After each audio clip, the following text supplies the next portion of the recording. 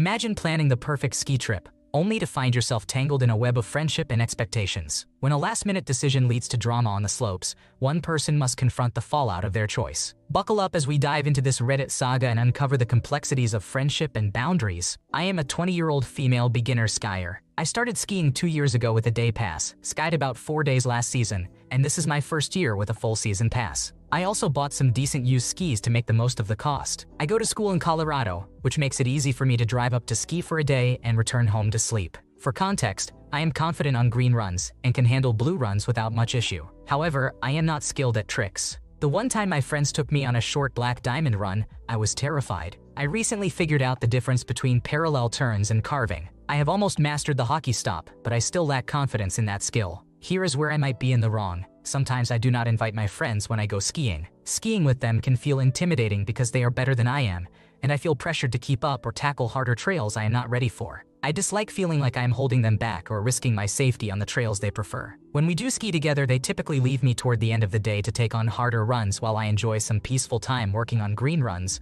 or easier terrain. This season, I decided to ski solo more often to practice and build my skills and confidence. This way, when I do go with my friends, it will be more enjoyable for everyone. It has been working. I have improved significantly and recently invited them to ski. They were surprised at how much better I had gotten. I am still not a professional, but I was able to keep up with them much better than usual, and I even attempted some small jumps in the terrain park, although I still fall sometimes. They asked how I had improved, and I explained that I had been skiing on my own to practice. They became upset that I had not invited them to join me on those practice days. I tried to explain that those days were focused on repetitive drills on green runs in small parks, and I did not want to feel judged or pressured to advance faster than I was comfortable with. The car ride home was tense. For context, I am the main driver for our group since I have the only car that can fit everyone in the gear. Others have cars that can make the trip, but not with everyone in the gear, so mine is the go-to. While the silence is not unusual, it definitely felt awkward this time. Now I am wondering if I was wrong for not inviting them to join me on my solo ski trips, even though those days were specifically for personal practice. Am I the antagonist in this situation? You handled things appropriately. Seriously, you don't owe anyone an invitation every time you want to hit the slopes. It's your hobby, and you should be able to enjoy it however you like, whether that means going solo or with friends. Just because you ski together sometimes doesn't mean you're tied at the hip. Your friends are acting a bit selfish, probably just because they see you as the easiest way to get to the mountain. Don't feel guilty about making your own choices. In the next story, we dive into a family dilemma that unfolds over the Thanksgiving dinner table. When one person chooses to skip the festive gathering to dodge an uncomfortable encounter, it raises a question: are they the villain or just protecting their peace? Buckle up as we unravel the tangled web of family dynamics and personal boundaries. I am very close with one of my cousins who is 30 years old, but I am not a big fan of her fiancé. They have been together for 5 years, and at family events, he is either very grumpy, drunk, or both. On Thanksgiving night, my family always has the Charlie Brown Christmas movie playing in the background after dinner to kick off the holiday season. The volume is almost at zero and it is just on in the background. We do not sit around and actively watch it. 2 years ago, he complained about the movie being on, even though it was not loud and the football games had already ended when we put it on. Last year, he showed up drunk, was pretty much belligerent and was slurring his words. He immediately started being rude to my cousin when she tried to give him water instead of beer. He complained about the movie so much that we changed it, even though he was in the kitchen and it was playing in another room. After an hour, I turned Charlie Brown back on because I love watching it, and he was not paying attention, so I thought he would not notice. I moved the television remote under a pillow so he could not change it again. When he realized it was back on, he became very upset and started yelling for someone to change it. No one said anything, but some of my family members were looking in my direction. Then he yelled at the table I was at and told me to turn the movie off. One of my brothers got up and told him to leave, and he and my cousin left right away. He later apologized, but my cousin acts as if it did not happen. It was really upsetting to have someone yell at me. This year, I skipped Thanksgiving because I did not want to deal with him, and I am still not comfortable being around him. My aunt and uncle were upset that I did not come and tried to guilt trip me. I have seen him and my cousin at other events this year, and we were cordial. I feel a bit like the antagonist because I hid the remote, but I believe I was justified in skipping Thanksgiving. My 2 brothers have been supportive of me since the incident, and so have my other cousins.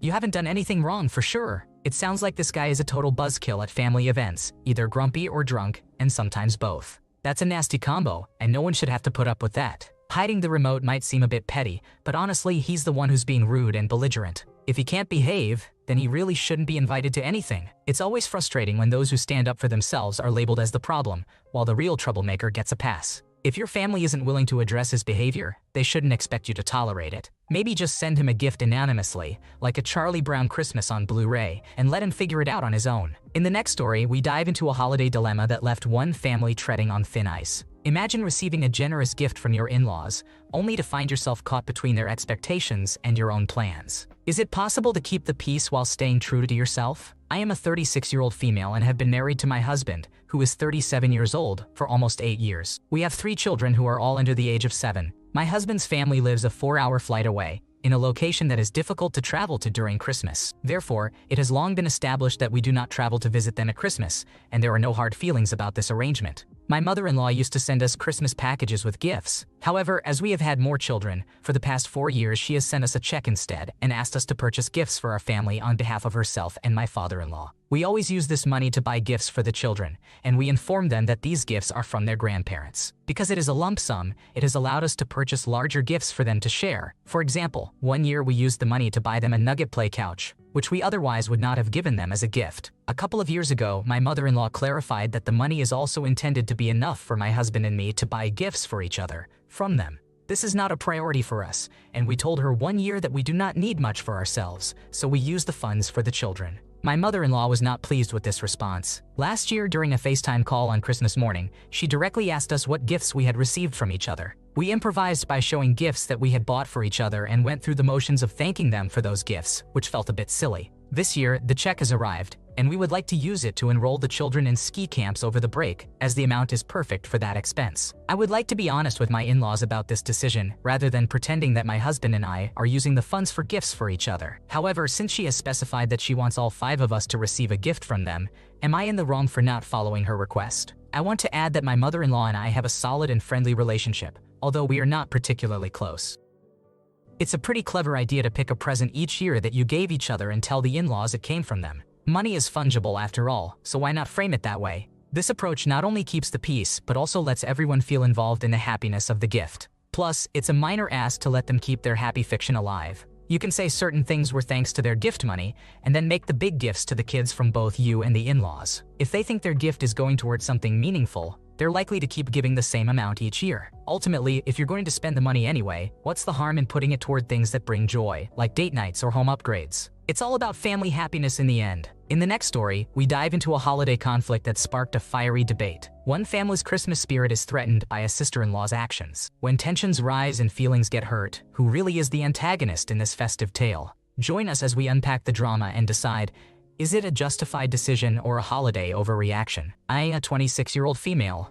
My boyfriend of 3 years is Alex, who is 28 years old. His sister, who I will refer to as sister-in-law, is also 26 years old. Recently, Alex and I moved in together and decided to host Christmas as a housewarming event. Those invited included Alex's parents, sister-in-law, my parents, my brother's wife, and my 2 nieces. Sister-in-law's best friend, Mary, was also going to join us for a while, as her family lives quite far away. I have met and hung out with Mary a few times. Sister-in-law and I had an argument. We both have tattoos and piercings. I have stretched ears but no longer wear them. I enjoy a lot of metal and rock music, but my style has changed from gothic to something more colorful. Sister-in-law is quite gothic and has numerous facial and ear piercings. I used to have similar piercings but took them out a couple of years ago. Recently, I put my nose ring back in. I have a single piercing, but the ring I chose is a double ring on one piercing, which I thought suited me. Sister-in-law has 2 nose piercings, both rings in one nostril. When we met up, she noticed my piercing and asked if I had gotten a new one. I replied no. She then made a hurtful comment stating,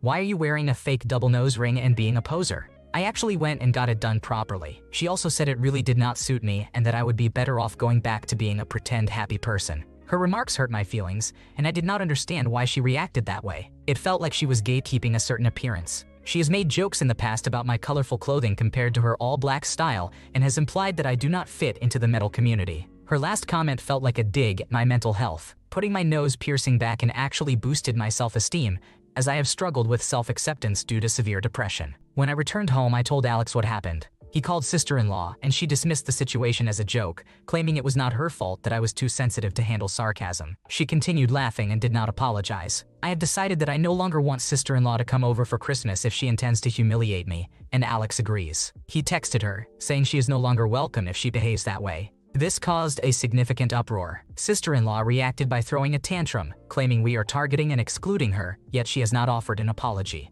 I informed my in-laws about the situation, and they believe I should be the bigger person, suggesting that I likely misunderstood her comments. However, my family supports me, questioning the purpose of inviting someone who can mock my appearance and disguise it as humor. They also pointed out that sister-in-law made a cruel comment regarding my mental health. I have only started feeling better about my depression in the past few months, but I can be quite sensitive at times, so I am unsure if I am overreacting. Lastly, I am not married. It is easier to refer to her as sister-in-law and my boyfriend's parents as in-laws than to constantly use the full descriptions. I thought that was obvious. You are not responsible for this. Seriously, if Sally wants to be mean, she can take her fashion policing somewhere else. A home should be a safe space, not a battleground for someone's outdated notions of goth culture. It's wild how she thinks there's only one way to express that identity. And honestly, wait until she realizes that as we grow up, our style evolves too. Band tees under cardigans, anyone? It's like the 8th grade drama never ends for some people. All that negativity is just unnecessary, especially when it targets something as personal as mental health. Here's hoping for a drama-free holiday where everyone can enjoy their music and express themselves however they like. In the next story, we dive into a heated debate over gaming priorities and relationship boundaries. When one partner's desire for a shiny new PS5 clashes with their significant other's cherished PS4, tensions rise and questions of fairness emerge. Stick around as we unravel this Reddit dilemma and explore what it really means to share in a relationship. Some context. I am 22 years old and my boyfriend is 27 years old. We have been dating for 4 years and lived together. While I love him, there is one issue that has been bothering me. Before we started dating, I was already an avid gamer. My boyfriend lost his console a few months prior to our relationship, so I allowed him to use my PlayStation 4 as much as he wanted. Initially, this arrangement was fine, but over time, he began to dominate the console. He plays every chance he gets on a daily basis. It is not that he is neglecting his responsibilities. We clean and cook together, and we both work full-time. However, after we finish our daily tasks, he immediately turns to my PlayStation 4 and plays extensively. Whenever I ask if I can have a turn, he reacts with a negative attitude. I notice him sitting with his arms folded, shaking his head, and huffing in frustration. This reaction completely ruins my mood, so I end up giving the controller back to him, and he suddenly becomes very happy again. He claims that the games I enjoy playing, particularly Dragon's Dogma, are boring to watch. I have played Dragon's Dogma for many years and consider it my comfort game. He does not understand the gameplay or storyline, despite my attempts to explain it to him. His preference leans towards first-person shooter and hunting games, which I have occasionally played because he asked me to join him, but they are not my favorite. Recently, he expressed interest in buying a PlayStation 5, which I initially found exciting, as I thought he had finally saved enough money for it.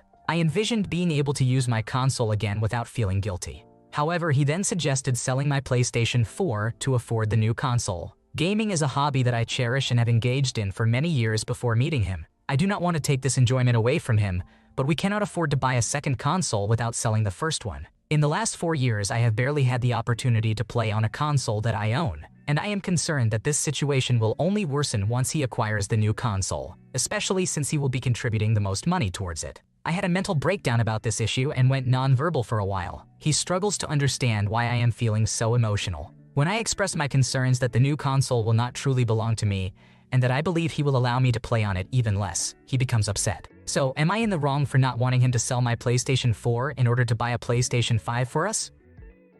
You are not the cause of this issue. Seriously, don't let him sell your PS4. If he's so desperate for a PS5, he can save up for it like everyone else. It's pretty immature of him to try and manipulate you into giving up your console just because he wants something new. Plus, if he does manage to sell it, guess who gets left with nothing? That's right, you. Honestly, he's already hogging your console, and it's not cool. If he thinks Dragon's Dogma is boring compared to FPS games, then he should just go find something else to do while you enjoy your game. Protect your stuff and set some boundaries. It's totally fair to keep your CS4 and use it more. In the next story, we dive into a heartfelt dilemma that many can relate to: navigating family dynamics during life's biggest milestones. Imagine standing on the brink of your dream wedding, only to face the tough question: should you extend an invitation to a cousin who's been more of a stranger? Join us as we unravel the complexities of love, loyalty, and the choices that shape our special day. I am recently engaged. My father has a big family, but on my mother's side, it is just her, my grandmother, my aunt, and one cousin. I do not have a high opinion of my cousin. I did not notice it growing up due to an age gap, and him not taking much interest in the family. He would typically show up to Christmas just in time to open his gifts and leave right after. However, as an adult, I have gathered that he possesses many of the worst traits from his parents. He is self-absorbed and acts as if he is superior to us, despite obvious issues with gambling and alcohol. More importantly, he has been openly hostile to my mother recently, demeaning her and even threatening her over conflicts with my aunt. My mother's relationship with her sister is shaky at best. My aunt has always been the favorite child of my grandparents, which made her son the favorite grandchild. I love my aunt, but she consistently creates problems between herself and my mother because she knows that, regardless of who starts the conflict, my grandmother will always take her side. This has been the case every time, and my mother has had to resolve the issues each time. Things have worsened since my grandfather passed away. My aunt has become insufferable. My grandmother moved out of her house, but not before my aunt took everything of value, sold it, and kept every penny for herself. When my grandmother attempted to give my brother, who does not have a vehicle, my grandfather's truck, there was a dispute over that for weeks until she was finally allowed to sell it. Everything notably sentimental belonging to my grandfather went to my cousin, including the flag he was given as a deceased veteran, all of his medals, and the pocket knife he carried every day of my life. In contrast, I was given a mug that I had never seen before. I would not have held that against my cousin if it were not for this. When my grandfather died, he did not come to support the family. My brother, my fiancé, and I were there for the entire process. We took time off work to help his wife and daughters while processing our own grief. I overheard a phone call in which an elderly woman who had done everything for him asked him through her tears to come be with her, but he refused. My fiancé is very much against inviting him to the wedding. In his words, if he does not want to be a part of this family, he does not have to. If he will not cry with us, he does not get to laugh with us.